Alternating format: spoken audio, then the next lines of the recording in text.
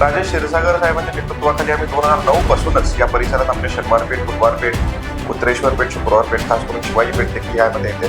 या परिसरात ऍक्टिव्हली काम करण्याचा प्रयत्न करतो. लोकांशी एक नाळ जोडण्याचा प्रयत्न आम्ही या ठिकाणी केलेला आहे. क्षेत्रासाठी काम करण्याचा प्रयत्न आम्ही या परिसरात केलेला आहे आणि लाडक्या बहिणीच माझा विजय सुखकर करतील याची मला खात्री आहे. माझी टॅगलाईनच आहे आपला ऋतुराज, आणि मग खास करून त्याला टॅगलाईन देत असतानाच लाडक्या बहिणींचा निस्वार्थी ऋतुराज म्हणून आम्ही ती टॅगलाईन करून आम्ही पुढे जात आहे.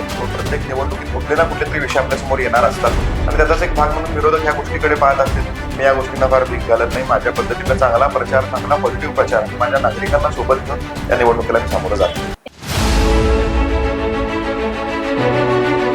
महानगरपालिका निवडणूक म्हणजे फक्त नगरसेवकची निवडणूक नसून महापालिकेवर सत्ता कुणाचा येणार आणि ही लढाई कोण जिंकणार याची लढाई ही सध्या सुरू आहे.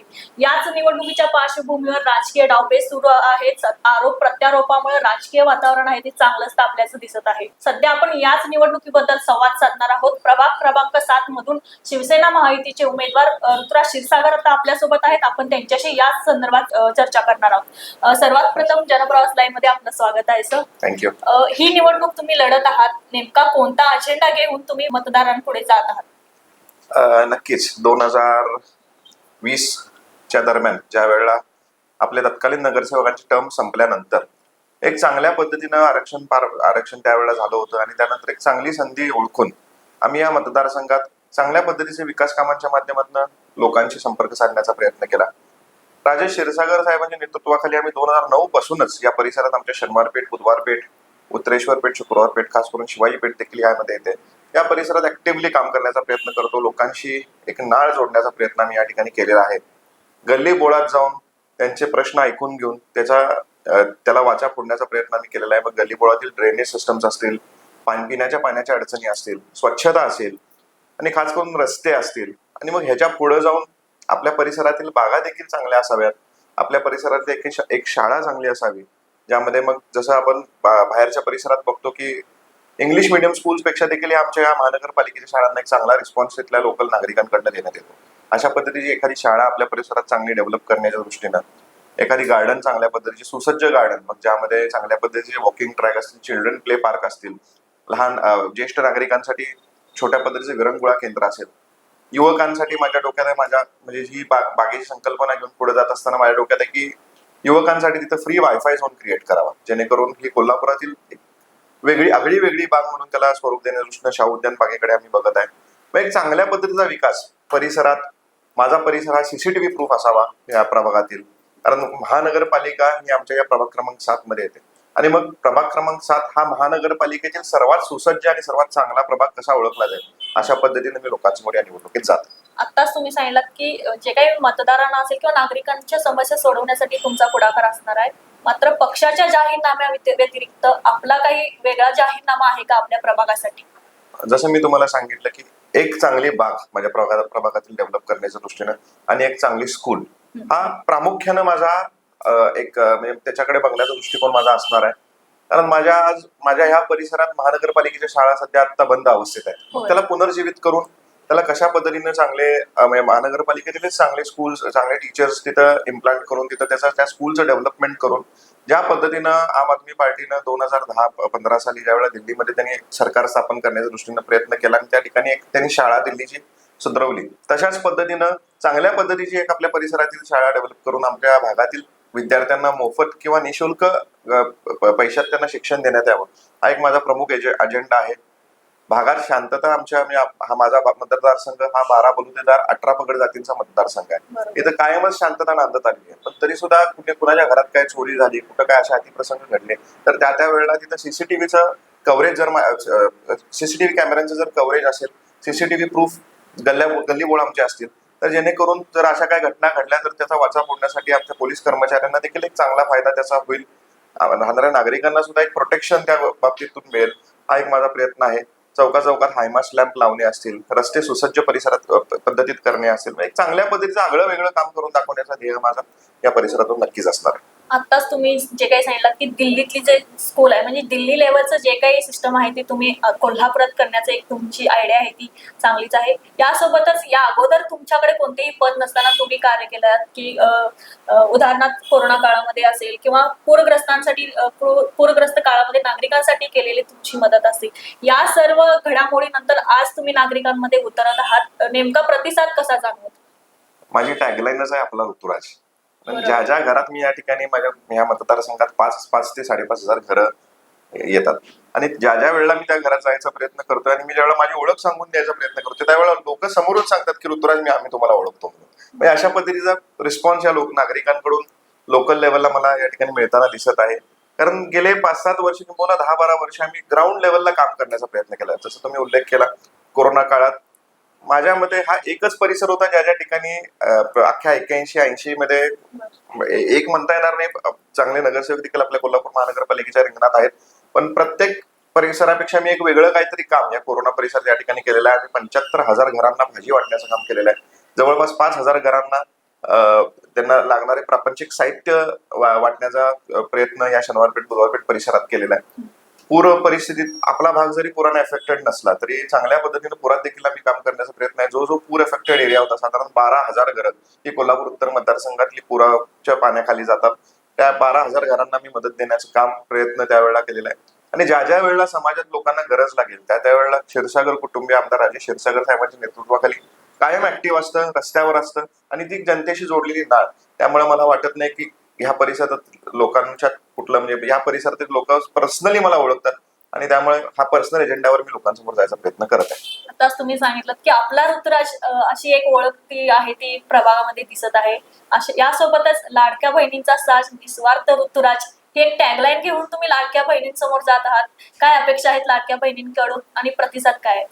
नक्कीच महायुती सरकारनं एक वर्षापूर्वी 1-1.5 वर्षापूर्वी लाडक्या बहिणींचा सन्मान करण्याचं मोठ्या प्रमाणात ठरवल्यानंतर जो एक लाडक्या बहिणीचा उत्स्फूर्त प्रतिसाद आमचे तत्कालीन मुख्यमंत्री एकनाथजी शिंदे साहेब असतील, देवेंद्रजी फडणवीस साहेब असतील, अजितदादा पवार साहेब असतील, या सर्वांच्या पाठीशी ठामपणे महायुतीच्या पाठीशी आपल्या या परिसरातील मतदारांनी ज्या पद्धतीचा मॅन्डेट दिला आणि मग त्यानंतर त्यांना वाऱ्यावर न सोडता या सरकारनं किंबहुना राजेश क्षीरसागर साहेबांनी वेळोवेळी ज्या ज्या महिलांवर अन्याय होतो, ज्या ज्या महिलांना त्यांची आवश्यकता असते त्यांच्या जवळ जाऊन त्यांना त्यांचे जे काय वेदना असतील त्या समजून घेऊन त्यांना मार्ग काढण्याच्या दृष्टीनं आम्ही सगळ्यांनीच आजपर्यंत प्रयत्न केलेला आहे. आणि त्यामुळेच ह्या परिसरातील माता भगिनींचा जर विचार केला तर त्या माता भगिनी मला फार जवळून त्यांनी मला लहानाचं मोठं होताना बघितलेलं आहे आणि एक अटॅचमेंट माझी त्या सर्व लोकांसोबत आहे.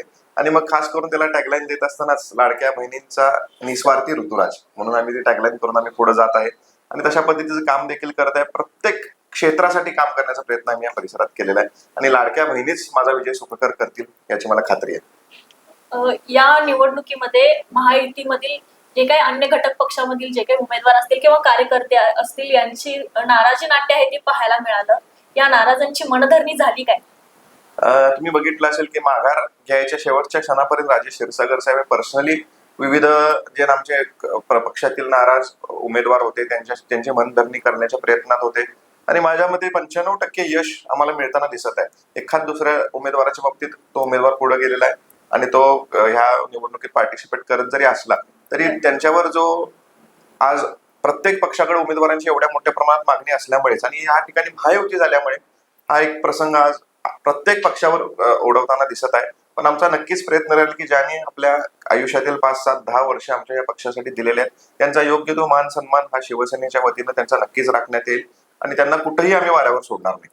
बरं, सोशल मीडियावर असेल किंवा अन्य इतर मीडियावर असतील की आपल्या उमेदवारीवरून घराणेशाही बाबत टीका टिप्पणी होत आहे, याकडे तुम्ही कसं पाहता? नक्कीच मी पण सोशल मीडिया फार जवळून फॉलो करतो आणि मला माहित नाही तुम्ही कुठल्या प्लॅटफॉर्म्सवर बघितलं पण गेले मी 5-7 वर्ष झालं या किंबहुना त्याच्यापेक्षा पुढे जाऊन 15 वर्ष झाले या मतदारसंघात फिरायचा प्रयत्न करतोय आणि मधल्या काळात एक 2-3 दिवसाचा जर विषय सोडला काही अन्य उमेदवार देखील या प्रवाहात आल्यानंतर माझं देखील नाव आमदार पुत्र ह्या रिंगणात आहेत हे जोडलं गेलं होतं. पण त्याच्या आधीचे 5-6 दिवस बघा आणि त्याच्यानंतरचे आताचे 5-6 दिवस बघा. कधीही माझा कुठल्याही मीडियानं देखील ह्या गोष्टींची फार दखल घेतली नाही कारण माझ्या मीडियातील बांधवांना देखील याची कल्पना आहे की ऋतुराज हा कायम रस्त्यावर असतो, रस्त्यावर तो काम करत आलेला आहे आणि इथल्या नागरिकांची इच्छा आहे की ऋतुराजनं ह्या प्रवाहात येणं गरजेचं आहे. त्यांच्या समस्या सोडवण्याच्या दृष्टीनं हा प्रयत्न करणं गरजेचं आहे आणि त्याच दृष्टीनं मला वाटत नाही की फार मोठ्या प्रमाणात हा कुठे विषय चालला असेल. जरी चालला असेल तरी तो एक राजकीय भाग असतो. प्रत्येक निवडणुकीत कुठले ना कुठले तरी विषय आपल्या समोर येणार असतात आणि त्याचाच एक भाग म्हणून विरोधक ह्या गोष्टीकडे पाहत असेल. मी या गोष्टींना फार भीक घालत नाही. माझ्या पद्धतीनं चांगला प्रचार, चांगला पॉझिटिव्ह प्रचार आणि माझ्या नागरिकांना सोबत घेऊन या निवडणुकीला मी सामोरं जात आहे. एकंदरीतच तुम्ही सांगितलात की जो नागरिकांचा पॉझिटिव्ह प्रचार आहे किंवा त्यांचा प्रतिसाद आहे ते दिसतच आहे. तर दुसरीकडे आपल्याकडे महापौर पदाचा चेहरा म्हणून पाहिलं जात आहे अशी चर्चा देखील सुरू आहे. याबाबत तुम्हाला काय वाटतं, काय सांगताय? सध्या मॅडम माझी अशी एक आपल्या माध्यमातून सगळ्यांनाच विनंती असेल की नक्कीच आता ही निवडणूक महायुतीच्या माध्यमातून जिंकणं फार गरजेचं आहे. आपल्या केंद्रात महायुतीचं सरकार आहे, राज्यात महायुतीचं सरकार आहे आणि मग विरोधक एक फेक नेरेटिव्ह सेट करण्याचा प्रयत्न करत आहेत की आम्ही हे काम करीन, आम्ही ते काम करीन. अरे तुमचा एक आमदार इथं नाही, तुमचा एक शाहू महाराजांच्या रूपी एक खासदार आहे, पण त्यांना देखील बजेटच्या स्वरूपात आज मर्यादा आहेत. आणि त्याच्या उलट जर बघायला गेलं तर शिवसेना, भाजप, महायुतीचे 10 आमदार या ठिकाणी आहेत, 2 खासदार आहेत, 2 मंत्री आहेत. आणि मग एवढ्या मोठ्या प्रमाणात ताकद आज कोल्हापुरात असताना जर महायुतीच्या ताब्यात ही जर महानगरपालिका भविष्यात गेली तर कोल्हापूरचं रूप बदलण्याच्या दृष्टीनं आमच्या सर्वांचा प्रयत्न नक्कीच असणार आहे. त्यामुळं पुढं महायुती सत्तेत आल्यानंतर आमचे महायुतीचे जे प्रमुख नेते असतील ते काही निर्णय घेतील आणि ते आम्हाला सर्वांनाच मान्य असतील. आज आम्ही ह्या महायुती सत्तेत आणण्यासाठी प्रयत्न करून आम्ही पुढे जात आहे. बाकी कुठलं ध्येय स्वतः आता माझ्या मनात काही नाही. आताच तुम्ही म्हणालात की केंद्रात आणि राज्यात महायुतीचं सरकार आहे, मात्र विरोधकांकडून ही निवडणूक झाल्यानंतर म्हणजे 16 तारखेला कळेलच की सत्ता नेमकी कुणाची येणार असा देखील एक आरोप केला जातोय. कसं पाहताय एकंदरीत या राजकीय वातावरणात? जसं तुम्ही म्हटलात की विरोधक हे म्हणण्याचा प्रयत्न करतात, पण जनतेच्या मनात तसं नाहीये. जनतेनं ठरवलेलं आहे की महायुतीला यावेळेला आपल्याला देऊन बघायचं आहे, कारण गेले 30-35 वर्ष हेच जे विरोधक आहेत यांच्याच ताब्यात आमचं कोल्हापूर आहे आणि फार काय बदल या ठिकाणी घडताना दिसत नाहीयेत. प्रशासक असताना ते म्हणतात की हे महायुतीचं सरकार आहे, असं म्हणता येणार नाही ना. प्रशासक होते ज्या वेळेला या ठिकाणी नगरसेवक असतील, महायुतीच्या माध्यमातून या ठिकाणी सत्ता केंद्र असेल आणि त्या सत्तेचा वापर आज तुम्ही मुंबईत बघितला असेल, पुण्यात बघितला असेल. आज या 5-6 वर्षामध्ये मुंबई पुण्याचा कायापालट करण्याचा प्रयत्न या आमच्या महायुती सरकारने केलेला आहे. ज्या ठिकाणी महायुती सरकार स्थापन झालेलं आहे त्या ठिकाणी तुम्हाला नक्कीच डेव्हलपमेंट चांगल्या प्रमाणात दिसेल. विकास कामं चांगल्या प्रमाणात होताना दिसले असतील, चांगल्या पद्धतीचे ओव्हरब्रिजेस असतील, बायपास असतील, मेट्रो सारख्या गोष्टी असतील. म्हणजे ज्या ठिकाणी ज्या गोष्टी आवश्यक आहे, एक पॉलिसी करून शहराचा विकास आराखडा तयार करून चांगल्या पद्धतीने डेव्हलपमेंट करण्याचं काम हे फक्त महायुती सरकार करू शकते. आणि ज्या पद्धतीने गेल्या 2-2.5 वर्षात देखील कोल्हापूरसाठी चांगले निर्णय झालेले आहेत. तर मग खास करून कन्व्हेन्शन सेंटर असेल, का बरं या 30-35 वर्षात या लोकांना आमच्या बिझनेस ग्रुपसाठी, बिझनेस इंडस्ट्रीसाठी एखादं कन्व्हेन्शन सेंटर करायला जमलं नाही? का बरं आमच्या या अंबाबाईचा आराखडा यांना करायला जमलं नाही? या अंबाबाई आराखड्यासाठी देखील 1500-1600 कोटीचा आराखडा तयार झालेला आहे. त्यातील 140-45 कोटी आपल्याला वर्ग देखील झालेले आहेत. म्हणजे असं एक विजन ठेवून, एक चांगल्या विजन ठेवून आमचं महायुतीचं सरकार या शहराच्या बाबतीत काम करण्याचा प्रयत्न करत आहे आणि त्याला विरोधक फक्त फेक नरेटिव्हच्या माध्यमातून रिप्लाय करण्याचा प्रयत्न करत. त्यांच्याकडे करण्यासारखं काय नाही, पण दुसरा कसा बदनाम करता येईल हा प्रयत्न त्यांचा चाललेला आहे. नागरिक हे मोठ्या प्रमाणात माझ्या पाठीशी दिसत आहेत. ज्या ठिकाणी जाईल त्या ठिकाणी नागरिकांचा उत्स्फूर्त प्रतिसाद आपल्याला देखील ग्राउंड लेवलला रिपोर्टिंग करताना त्या गोष्टी नक्कीच लक्षात येतील. एक चांगला भक्कम असा पाठिंबा मला ज्या ठिकाणी जाईल त्या ठिकाणी मिळताना दिसत आहे. ज्या घटकात जातोय त्या घटकात, म्हणजे असं नाही की फक्त युवकांना, आज मी युवक असल्याने फक्त युवकांच्या माध्यमातून, पण प्रत्येक क्षेत्रात माता भगिनी असतील, आमचे ज्येष्ठ मंडळी असतील, प्रत्येक ठिकाणी जाईल त्या ठिकाणी फक्त ऋतुराज हेच नाव घेतलं जाते हे मला दिसतंय. आणि हाच माझा प्रयत्न आणि हाच माझा प्रामाणिकपणा आम्ही समजतो. आणि चांगल्या पद्धतीनं नक्कीच मी भविष्य काळात या परिसरातून चांगल्या मताधिक्यानं पुढे जाईल याचा मला आत्मविश्वास आहे. धन्यवाद सर.